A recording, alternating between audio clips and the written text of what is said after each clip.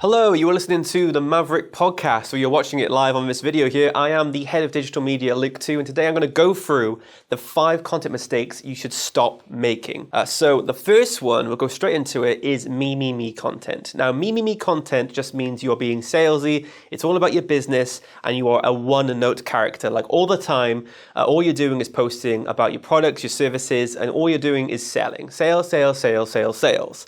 Now, after a while, what that does, it turns people away from your content. When they see your brand, when they see anything to do with your business, because you have constantly bombarded them with the same sales message over and over and over again, all that's happening is people are just tuning away from you. They're thinking, okay, I've seen this post before, I don't need to engage with it. Now, that leads to it just being constantly ignored, and it really pigeonholes your profile because all people will see from you is just that one sales message continuously.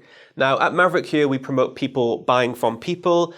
You need to build relationships, and it's all about social selling. And you can't really do that if every time you post your content, all people are doing is just running away from you. They're taking a look at you and thinking, okay, I know what this person's all about. They're all about the sales. They don't care about me. I'm just going to not engage with their content whatsoever.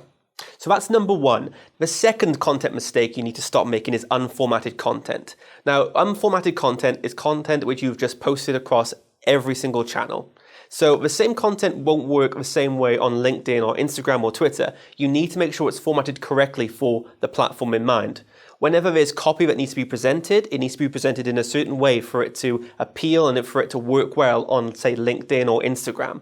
The way your text is on the page is completely different from one platform to another. So if you don't format it, it can just look lazy and it won't have the same effect. So what you need to understand is one piece of content is great to post across all social media platforms as long as you have formatted it correctly.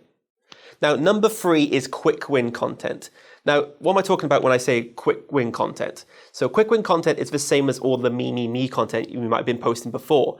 What it does is just say, I want a quick win, I want a call, I want to sell to you, please buy my stuff right now. And it just looks really desperate. It's a pushy sales tactic. All people are doing when they're using quick win content is getting people on immediate calls or asking people to do a quick call of action without providing any value. Now, if you don't provide value on social media, people will immediately switch away from you. There's so many ads out there. There's so many people trying to sell to you on social media. And so many people are now aware of it that all people are doing is scrolling straight past it. They don't care anymore. It's all ads, it's all spam, I don't care. What people are doing is looking at your content, and if it's got nothing but a sales message, all they're doing is going to switch away. So stop going for quick wins. You need to provide value with every piece of content that you're going to put out there.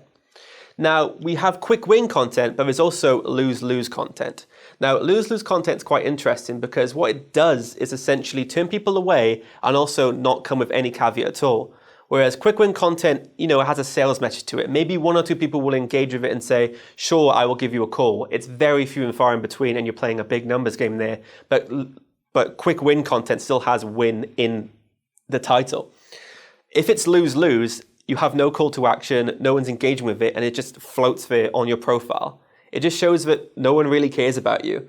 When you have a profile with a bunch of content on and all it is lose-lose content, people aren't really going to take you seriously.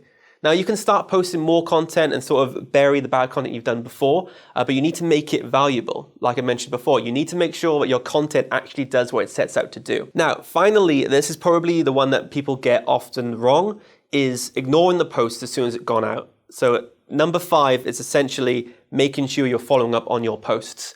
Because if you are not, essentially all the engagement you get or the views you get, it will just be for nothing but high figures. You can look and say, oh, I've got this great number, I got this viral post, this is amazing. But if you don't actually follow up with the people who've engaged with you, you're kind of just letting it stay there. It's just sort of there as your pillar post. It's like a trophy on the wall. It looks nice, but it's not actually doing anything for you. What you need to do is engage with the people who have engaged with you. Maybe send them a connection request if you've had a few more engagements. Maybe say thank you for engaging. Maybe ask a few more follow-up questions. What your content is doing is priming your audience for further engagement.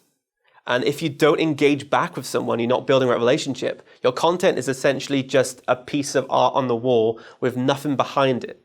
Now, when it comes to social selling, when it comes to content marketing, What you need to understand is it's all about generating conversations. It might not even be about the content itself. I've seen some posts which maybe not have the best production value, have such great engagement figures, and the person who has posted it has had follow-ups, has had leads, has had discussions, created relationships, even built businesses just by having the right content. So what you need to do is follow up on every single piece of content you're going out. You're not going to have a lot of wins sometimes. Some content falls on the wayside. You get better as it goes along. But what you need to do is follow up every single time. Now, I've said what you need to do a lot for all of this podcast, but it's mainly because I'm kind of going through the points, and this is kind of the first one I'm doing. So even myself is learning. Even I'm learning what to do, what works, and how to push forward. But these 5 points, these 5 content mistakes that people are making online, I see all the time, and it's really hindering people's performance when it comes to social selling and content marketing. So if you have any more stories, or if you have anything that you want to go through, don't forget to comment and subscribe to us on the Maverrik podcast, and we will comment, we will give you some feedback, and if you join our webinars, we'll also go through how you can create content which actually works for you, generates leads, and just helps you out in general on the platform.